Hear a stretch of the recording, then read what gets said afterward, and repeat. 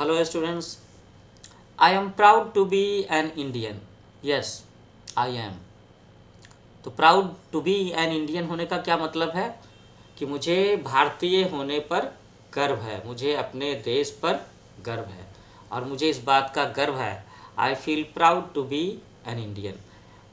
मुझे इस बात से बड़ी खुशी होती है कि मेरा देश भारत है और मैं इस भारत देश का नागरिक हूँ। So hello students, I am Santosh Kumar, senior educator from New Age Coaching and today I am going to discuss chapter number 14 जिसका नाम है I am proud to be an Indian। तो इसमें अपने देश के बारे में तारीफ़ें की गई हैं, अपने देश के रिस्पेक्ट में कुछ बातें की गई हैं। तो हम लोग अपने देश को लेकर के क्यों अभिमान करें, क्यों गर्व करें, क्यों प्राउडनेस की फीलिंग होनी चाहिए इंडिया के बारे में, ये चीज़ें हम लोग डिस्कस करेंगे। और ये क्लास है, ये चैप्टर है डीएवी पब्लिक स्कूल में पढ़ने वाले बच्चों के लिए जो क्लास 3 के स्टूडेंट हैं। वैसे ये चैप्टर तो हमारे सारे स्टूडेंट्स को पढ़ना चाहिए, भले ही वो किसी भी स्कूल में पढ़ते हों। So India is my country and I am proud to be an Indian. My motherland is vast and beautiful. तो क्या बातें कही गई हैं कि भारत मेरा देश है और मुझे भारतीय होने पर गर्व है और मुझे अपनी मातृभूमि, मेरी जो मातृभूमि है भारत, वो विशाल है और ब्यूटीफुल है। यहाँ पर ये जो लिखा है वास्ट, इसका मतलब होता है विशाल। इंडिया का एरिया बहुत बड़ा है ना, ज़रा सोच करके देखो कहाँ से कहाँ तक है इंडिया का एरिया। कहते हैं ना कश्मीर से कन्याकुमारी तक, और इसके बाद इधर गुजरात से लेकर के पश्चिम बंगाल तक और ये बहुत सुंदर भी है। So India is the 7th largest country in the world in terms of land area। Land area आप समझ रहे हो ना, क्षेत्रफल के हिसाब से, विस्तार के हिसाब से। लैंड एरिया आप ऐसे समझो कि suppose you are living in a house, तो आपका जो हाउस है, आपकी जो बाउंड्री है घर की, वो भी तो एक एरिया है। And now compare the area of your house with area of the school. तो स्कूल का एरिया आपके घर के एरिया से बड़ा तो होगा ना। And now think about A stadium और एन यूनिवर्सिटी। तो यूनिवर्सिटी का कैंपस या स्टेडियम का जो कैंपस होगा वो आपके स्कूल से भी बड़ा होगा। So here we are talking about land area. तो लैंड एरिया का मतलब ये है कि भारत जो है वो दुनिया के देशों में 7th पोजीशन पर है, 7वें नंबर पर है एरिया के हिसाब से, क्षेत्रफल के हिसाब से। इसे मैं लिखूं क्षेत्रफल। और आप सब बच्चों को याद है कि हम लोग एरिया कैसे कैलकुलेट करते हैं।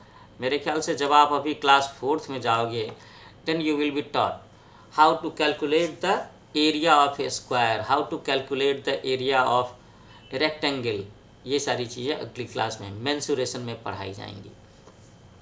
So the India mainland spreads from Kashmir to Tamil Nadu and Gujarat to Arunachal Pradesh. मैंने तो वेस्ट बंगाल ही कहा था, है ना।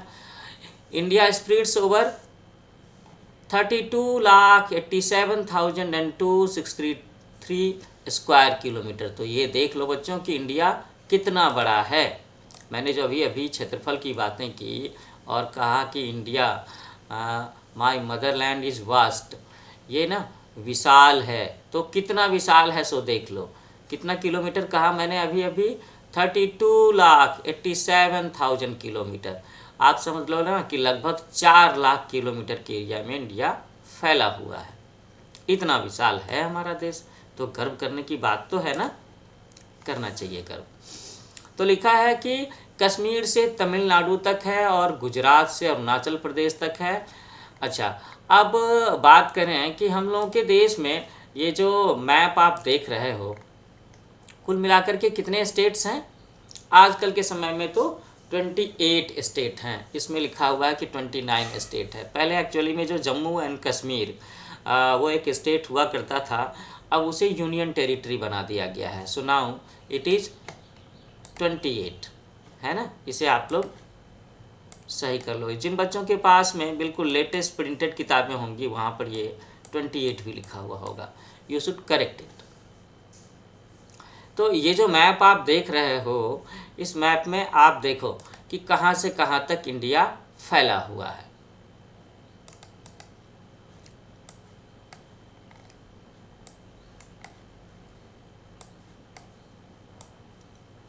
ये आप देख रहे हो ना यहाँ पे, ये है जम्मू और कश्मीर, ठीक है।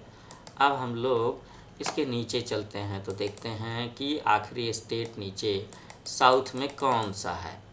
सो इट इज़ तमिलनाडु, ये है ना तमिलनाडु।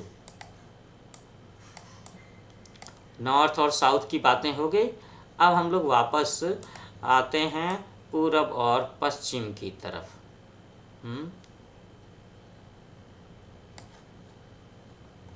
पश्चिम की तरफ आते हैं।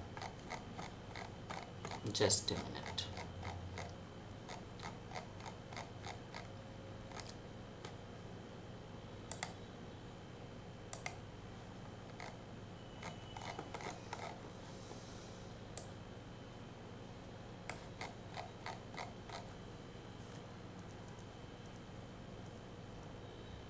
ये है, तो यहाँ हम लोग देख रहे हैं ना, गुजरात लिखा है ये,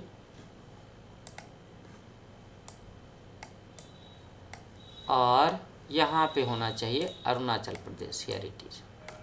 तो इतना बड़ा देश है हमारा, इसीलिए लिखा था कि हमारे कंट्री का जो एरिया है वो कितना है, लगभग 4 लाख किलोमीटर, 4 लाख किलोमीटर है। वैसे उसमें तो 3,87,000 लिखा है, मैंने बस मोटा मोटा आपको अंदाज़ा लगाने को कहा। और आगे बढ़ते हैं। Look at the political map of India. You can see 29 states. Again you will have to correct here also.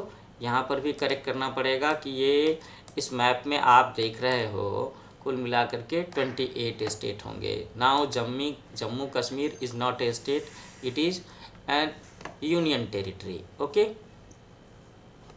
तो अगर हम ऐसे मार्क करें इसमें स्टेट्स को, तो राजस्थान एक स्टेट है, यूपी एक स्टेट है, हियर इट इज़ बिहार अपना स्टेट है, बांग्लादेश स्टेट नहीं है, ये आपका नेबरिंग कंट्री है ना। पाकिस्तान भी स्टेट नहीं है, ये आपका नेबरिंग कंट्री है।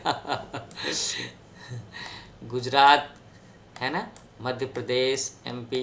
तो आपने देखा होगा कि ये जो मैप है इसे पॉलिटिकल मैप कहते हैं, और इसमें हर स्टेट्स को अलग अलग कलर से और उसकी बाउंड्री से दिखाया गया है।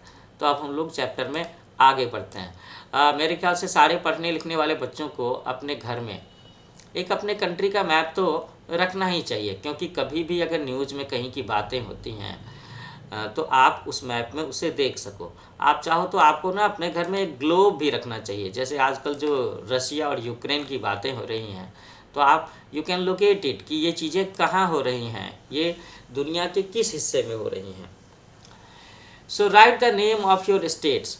तो मैं तो भाई बिहार को बिलोंग करता हूँ, so that I will write here Bihar, है ना। वैसे मैं काफ़ी साल तक यूपी में रहा हूँ, लेकिन फ़िलहाल तो बिहार में हूँ। Capital of your state it is Patna. तो आप सारे बच्चे भी यहाँ पर अपना अपना स्टेट का नाम लिखोगे और कैपिटल का नाम लिखोगे, जानना चाहिए। और आपको अपने राज्य के, अपने स्टेट के चीफ मिनिस्टर का नाम याद है या नहीं, गवर्नर का नाम याद है कि नहीं, और आपने कभी भी अपने स्टेट के कैपिटल सिटी को विजिट किया है कि नहीं। अगर नहीं किया है तो मौका मिलते ही उसे तुरंत विजिट करो।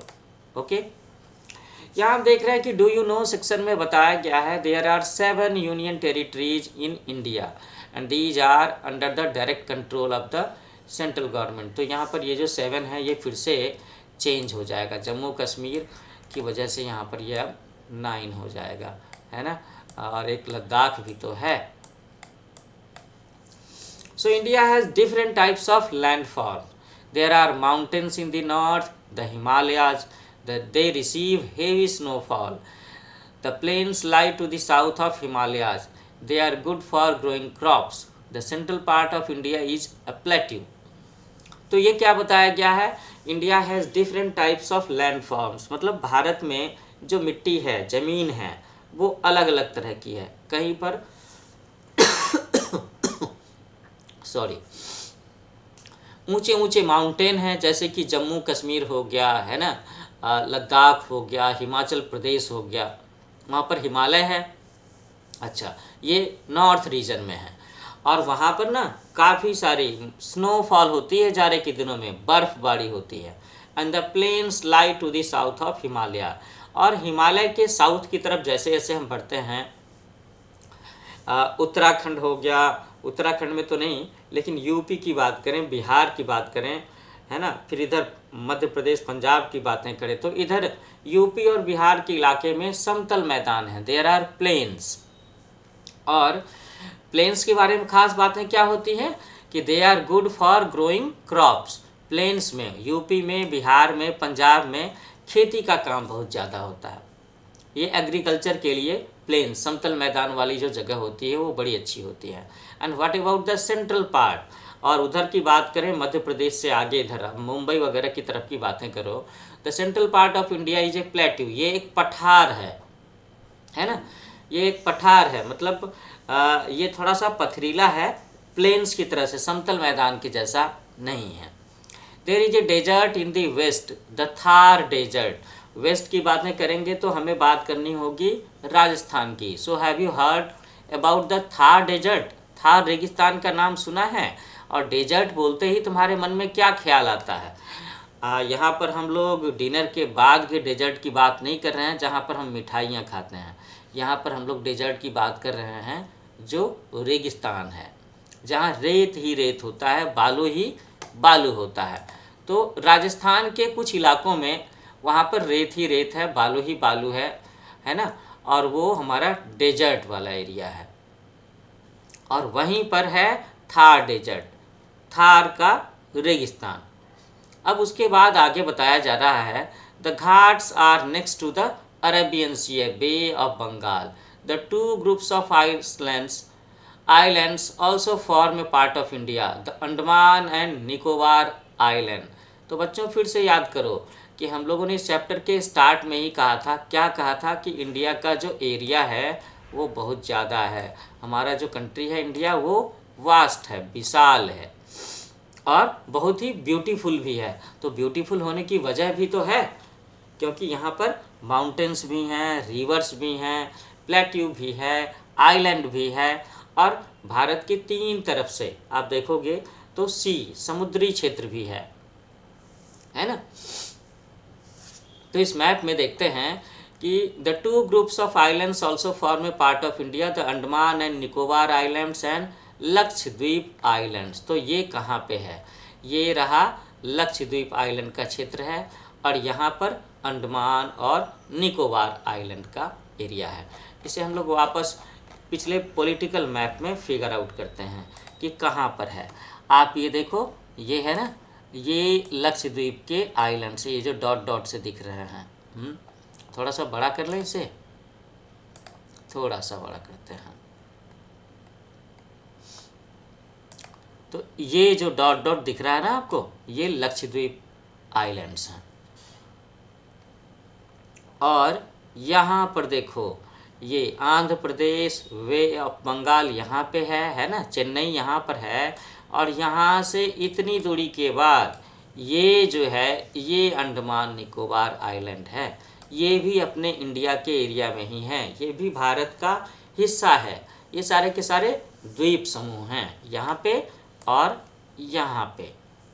द्वीप समझते हो ना, आइलैंड किसे कहते हैं हम लोग?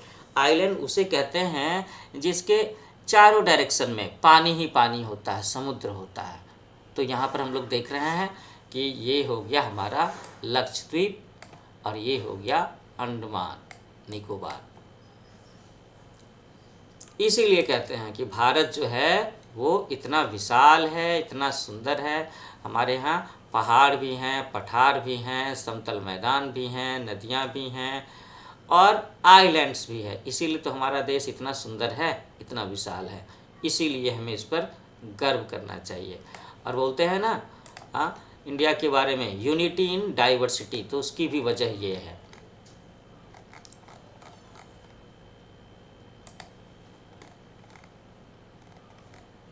ये बड़ा प्यारा सा मैप दिख रहा है, यहाँ पर आप देख सकते हो कि कैसे अलग अलग कलर में दिखाया गया है। ये हो गया हिमालयन रेंज। हिमालयन रेंज का मतलब है कि ये माउंटेनियरिंग का एरिया है, माउंटेन वाले एरिया है ना। यहाँ पर हिमालय पर्वत का एरिया है। हिमालय पर्वत कहाँ से कहाँ तक आप देख लो, ये जम्मू कश्मीर वाले इलाके से ले करके इधर तक ऐसे। और ये हो गया डेजर्ट का एरिया जहाँ पर राजस्थान आता है। ये नॉर्दर्न प्लेन्स है जिसमें यूपी है ना, यूपी आ जाएगा, पंजाब आ जाएगा और बिहार भी आ जाएगा। और इसके बारे में क्या बताया गया कि ये एग्रीकल्चर के लिए, खेती करने के लिए ये जगह सबसे अच्छी है। इसमें दिल्ली का भी कुछ इलाका आ जाएगा। पंजाब मैंने यहाँ लिखा है लेकिन ये यहाँ के आसपास होगा। और ये है डेक्कन प्लेटू, तो मध्य प्रदेश, महाराष्ट्र, कर्नाटका, ये सारे के सारे यहाँ से यहाँ तक आते हैं, है ना। ये बड़ा अच्छा मैप है।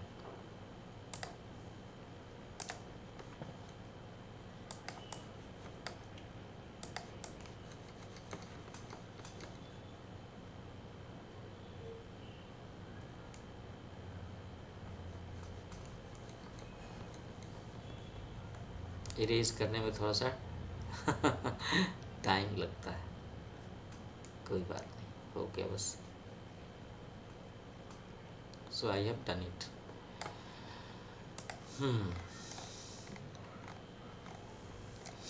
अच्छा, जैसे ये जो मैप है इसके ज़रिए आप ये भी चीज़ें याद रखने की कोशिश करो कि भारत के, इंडिया के जो नेबरिंग कंट्रीज़ हैं वो कौन कौन से हैं और किस साइड में क्या है। ये होता है हमारा नॉर्थ साइड, है ना, और ये होता है साउथ, और ये होता है ईस्ट, और ये होता है वेस्ट। ये हमेशा ध्यान में रखना चाहिए।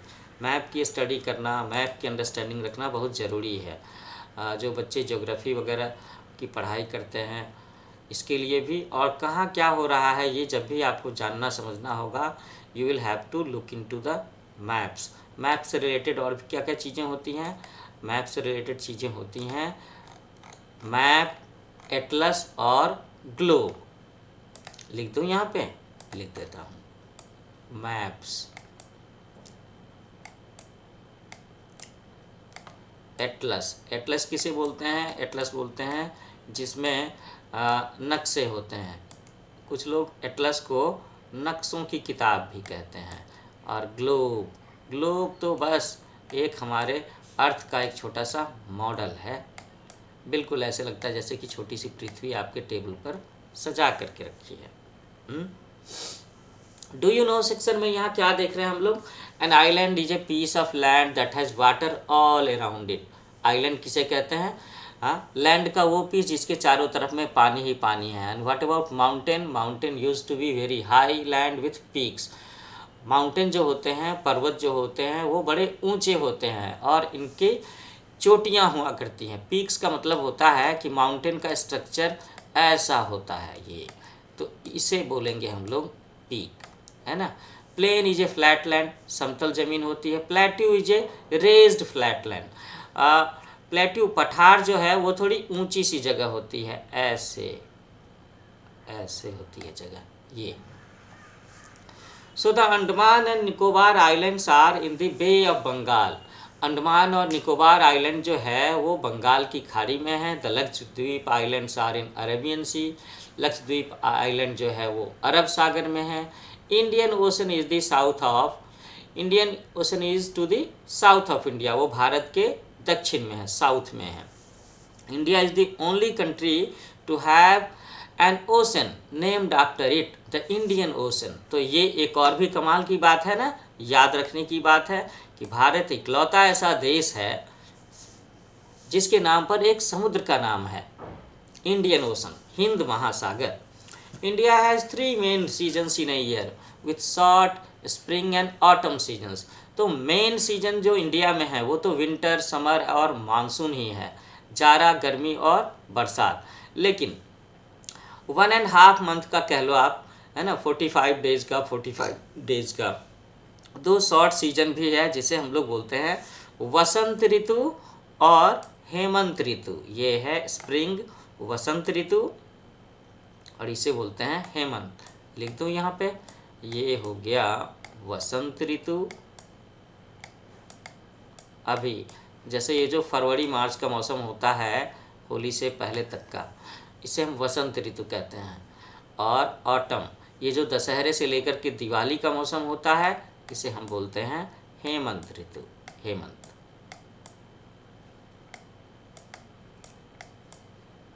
ये दोनों ही मौसम बड़े सुहावने होते हैं।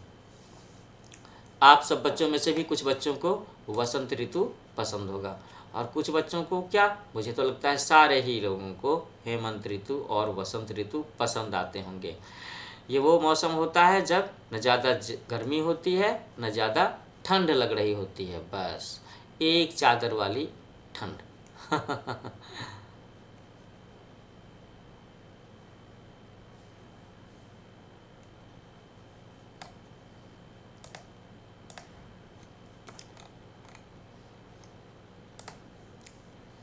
India is a land of many reverse. हम लोगों ने पहले भी बातें की थी ना कि भारत में बहुत सारी नदियां हैं। So the main rivers are Ganga, Yamuna, Brahmaputra, Mahanadi, Krishna, Kaveri. तो जो भी लोग नॉर्थ इंडियन हैं, जैसे बिहार, यूपी, पंजाब, दिल्ली, इसके आसपास में रह रहे होंगे, वो गंगा यमुना नदी से अच्छे से फैमिलियर होंगे। ब्रह्मपुत्र नदी वो आसाम, अरुणाचल प्रदेश के इलाके की तरफ में है। महानदी, कृष्णा, कावेरी, ये जो नदियां हैं, ये सब के सब नदियां जो हैं वो सेंट्रल इंडिया में और साउथ इंडिया में है ना, महाराष्ट्र के, कर्नाटका के, मध्य प्रदेश के आसपास में, इस इलाकों में है। So the diversities make Indian culture rich and unique. People of India speak different languages like Hindi, English, Punjabi, Sindhi, Tamil, Telugu. People follow many religions like Hindus, Muslims, Sikhs, Christians, Buddhists, Jains, etc. Different dance forms, music, styles of painting and dresses are popular in different parts of India. तो मैंने पहले भी कहा था, और यहाँ भी देखो, यहाँ पर एक वर्ड लिखा है ना, डाइवर्सिटी। डाइवर्सिटी का मतलब है विभिन्नता, है ना, डिफरेंट तरह की चीज़ें होना। तो भारत में डिफरेंट तरह की चीज़ें क्या हैं? तो अब हम लोगों ने पढ़ा कि भारत में लैंड फॉर, कहीं पर ऊंचे ऊंचे पर्वत हैं तो कहीं पर पठार है, तो कहीं पर समुद्री क्षेत्र है तो कहीं पर क्या है, रेगिस्तान है ना, जहाँ पर पानी का नामो निशान नहीं होता दूर दूर तक। इसके अलावा डाइवर्सिटी की और क्या बातें हैं कि इंडियन कल्चर जो है उसमें भी काफ़ी सारी डाइवर्सिटीज़ है। हालांकि ये बड़ा रिच है और यूनिक है, ऐसा कम्बिनेशन शायद ही किसी और देश में होगा। यहाँ भारत के लोग कौन कौन सी भाषाएं बोलते हैं? हिंदी बोलते हैं, इंग्लिश बोलते हैं, पंजाबी बोलते हैं, सिंधी बोलते हैं, तमिल बोलते हैं, तेलुगु बोलते हैं। यहाँ तो मैं रीजनल लैंग्वेजेस की बात ही नहीं कर रहा। अगर रीजनल लैंग्वेज की बातें करना शुरू करूँ तो शायद ये लैंग्वेज की जो लिस्ट है वो तो 50 तक चली जाएगी। So people follow many religions also. और यहाँ पर रहने वाले लोग भी अलग अलग धर्मों का पालन करते हैं। कुछ हिंदू हैं तो कुछ मुस्लिम हैं, कुछ सिख हैं, कुछ ईसाई हैं, कुछ बौद्ध धर्म का पालन करने वाले हैं, कुछ जैन धर्म के हैं। और इसी तरीके से हमारे देश में लोगों के पसंद की, लोगों के जीवन शैली में जो डांस फॉर्म है वो अलग अलग है, उनके म्यूजिक का टेस्ट अलग अलग है, पेंटिंग का स्टाइल अलग अलग है, खान पान, फूडिंग हैबिट और फूड आइटम्स भी अलग अलग हैं, और लोगों के कपड़े, ड्रेसेस भी हमारे देश में अलग अलग है। इसीलिए तो कहते हैं India is a land of unity in diversity. ऐसा कहते हैं। क्या कहते हैं? Unity in diversity. एक कविता है ना, हिंद देश के निवासी सभी जन एक हैं, रंग रूप वेशभूषा चाहे अनेक हैं। तो हम भारत में रहने वाले लोग भले ही अलग अलग इलाके में रहते हों, अलग अलग भाषाएं बोलते हों, है ना, अलग अलग धर्म को फॉलो करते हों, हमारा खान पान अलग हो, म्यूजिक अलग हो, ड्रेस अलग हो, लेकिन हम सब के सब लोग एक हैं। We are one, we are united. वैसे यहाँ पर मैं याद दिलाना चाहूँगा, जो बच्चे बिहार के हैं उन्हें बिहार की नदियों के नाम याद हैं? अगर नहीं याद है तो मैं एक बार बोल देता हूँ। बिहार की नदियाँ हैं बागमती, गंडक, बूढ़ी गंडक, और बिहार में गंगा नदी भी बहती है, और इसके अलावा कोसी नदी का नाम ले सकते हैं, इसी तरह से और भी नदियाँ हैं। तो आप सारे स्टूडेंट्स को, चाहे आप किसी भी स्टेट में हो, you should know about the reverse of your state also. You should make a list of it. बिल्कुल बनानी चाहिए, जनरल नॉलेज की बात है और जानना चाहिए ना। हमें अपने स्टेट के बारे में, अपने कंट्री के बारे में ज़्यादा से ज़्यादा जानकारी रखनी चाहिए। यहाँ पर आप देख सकते हो कि 2 डांस फॉर्म का पिक्चर यहाँ पर दिखाया गया है ना। तो आप सब लोगों को अपने अपने स्टेट के डांस फॉर्म के बारे में भी जानना चाहिए। अच्छा, अब यहाँ पर मैं एक बार ज़रा सा अपने चैनल के बारे में बताना चाहूँगा, क्योंकि इसके साथ में ही यहाँ पर अभी अभी हम लोगों ने आपका ये चैप्टर, जिस चैप्टर का नाम था I am proud to be Indian, उसे पढ़ा करके ख़त्म कर दिया है। तो मेरा जो चैनल है इसका नाम है न्यू एज कोचिंग। ये मेरा यूट्यूब चैनल है। आप सारे बच्चे इसे लाइक करेंगे, शेयर करेंगे, सब्सक्राइब करेंगे और हाँ, अपने बैचमेट्स को भी बताएंगे। और अभी जब आप नेक्स्ट क्लास में जाओगे, 4th क्लास में जाओगे, तो तब भी 4th क्लास के बच्चों के लिए भी मैंने साइंस के, हिंदी के, इंग्लिश के, एसएसटी के और कंप्यूटर के भी लेक्चर्स अपलोड करके रखे हैं। You can watch it. आपको इससे काफ़ी हेल्प मिलेगा। आप अगर मेरा लेक्चर सुन करके उसके बाद अगले दिन स्कूल की क्लास अटेंड करते हो, तो आपको स्कूल के क्लास को अटेंड करने में वहाँ पर आपकी अंडरस्टैंडिंग अच्छी होगी। आप टीचर से अच्छे सवाल कर सकते हो, टीचर की बातों को अच्छे से समझ सकते हो, और तो और आप मेरे लेक्चर्स को रिवीजन के पर्पज़ से भी इस्तेमाल कर सकते हो। यहाँ पर मैं अपना व्हाट्सएप नंबर भी डाल रहा हूँ। It is 809403994। तो आप सब बच्चों को पढ़ाई को लेकर के अगर किसी तरह का कन्फ्यूजन हो, कोई गाइडेंस चाहिए, गाइडेंस है ना, तो आप इस पर व्हाट्सएप भी कर सकते हो। अच्छा, कुछ बच्चों का रहता है कि ज़रा सा क्वेश्चन आंसर के बारे में थोड़ा सा गाइड कर दूं, तो थोड़ा सा मैं क्वेश्चन आंसर के बारे में भी बता देता हूँ। The only ocean named after a country is Indian ocean. A river which Passage through Delhi is. Delhi से होकर के कौन सी नदी गुजरती है? इट इज़ यमुना नदी। The land form found in the north of India is. North of India में क्या होता है? भारत के उत्तरी क्षेत्र में, जम्मू कश्मीर में, लद्दाख में कैसा लैंडफॉर्म है? Mountains. Which group of islands is located in the Bay of Bengal. Bengal की खाड़ी में कौन सा द्वीप समूह है? अंडमान आइलैंड, है ना।